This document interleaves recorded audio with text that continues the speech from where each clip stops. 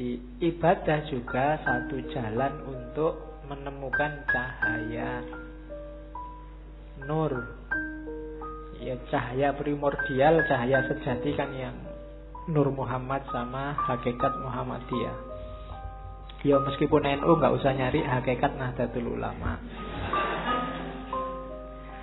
Urusannya beda. Jadi katanya Syekh Abdul Qadir Jailani, ibadahmu itu membawa manfaat maksimum. Ibadahmu akan sejati apabila bisa memantulkan cahaya ilahi. Untuk bisa ke sana,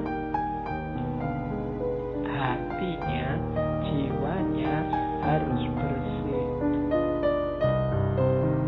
Sholatmu itu akan banyak manfaatnya kalau hatimu jernih, memantulkan mau dan maksudnya sholat yang sejati.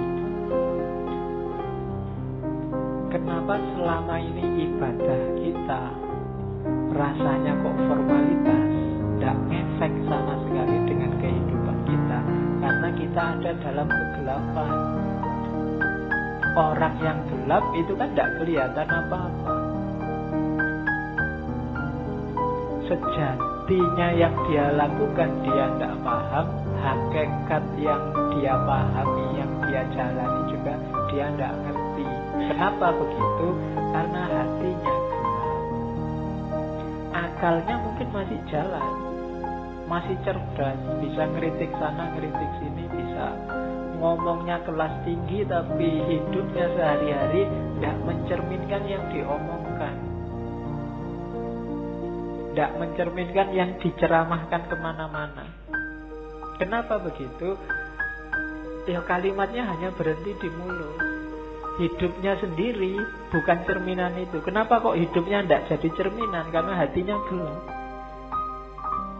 Menangkapnya pakai akal dia canggih, tapi menangkap pakai hati tidak bisa. Kenapa? Hatinya gelap.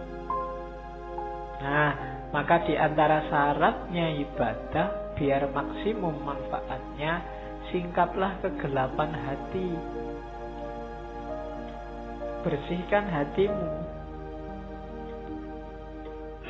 Kalau katanya Ghazali, kotorannya hati itu kayak satu titik kotor di kaca.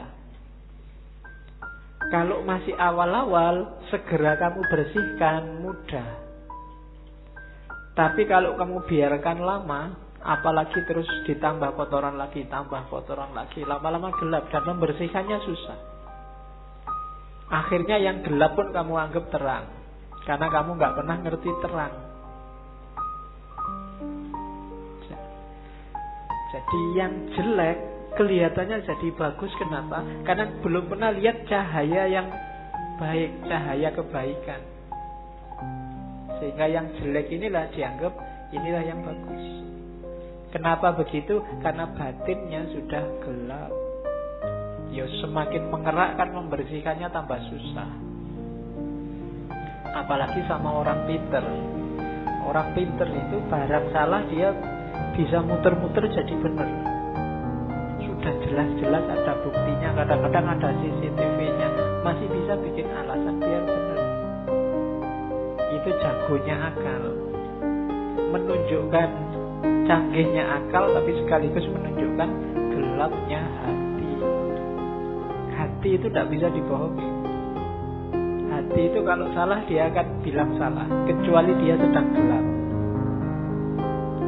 Dia sedang gelap, ya dia tidak bisa melihat mana yang sejati. Nah, hati yang gelap itu terhijab oleh amal-amal buruk. Membersihkannya gimana? Ya agak susah memang, tapi katanya Syekh Abdul Qadir Jailani, ayo diupayakan.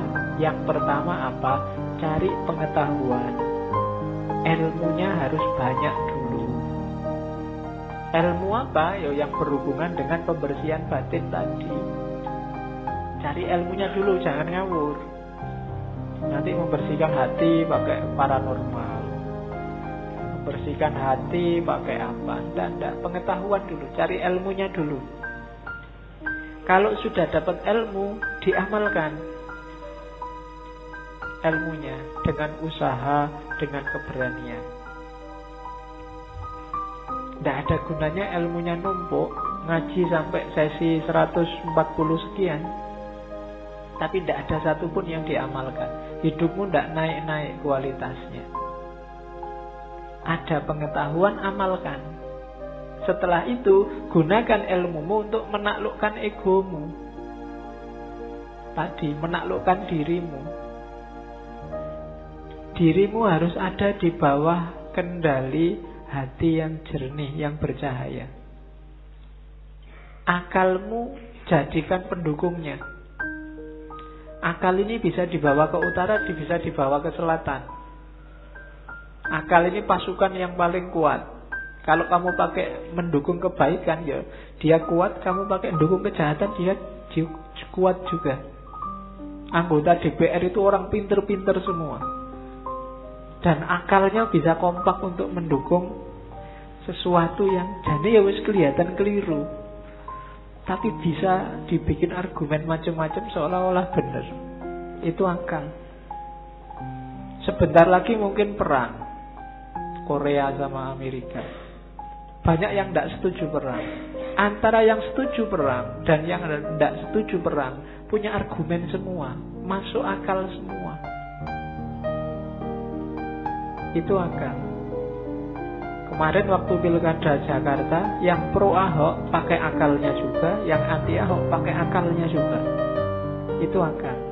Maka akal itu tergantung dia dibawa kemana.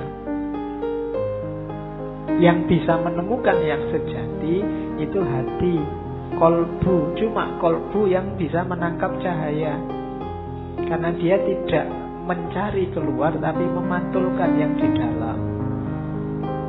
Hanya saja syaratnya dia harus dalam kondisi jernih. Untuk menjernihkan prosesnya pengetahuan, kemudian diamalkan. Untuk selanjutnya kuasai dirimu biar gak dikuasai oleh ego. Nah, ini rumusnya. Ini kalau diceramahkan gampang. Enteng dong, cuma ngomong aja kan enak. Menjalankannya yang berat. Dan gak usah dianggap saya ngomong kayak gini terus, wah Pak Faiz berarti sudah gitu. Wah, lambemu. Ya, kalau ngomong gini ini rumusnya kan tetap usikum wa nafsi. Iyo, ngandani diriku sendiri juga. Oke, kalau saya sudah bisa gini aku jadi wali, nggak mau ngaji di sini.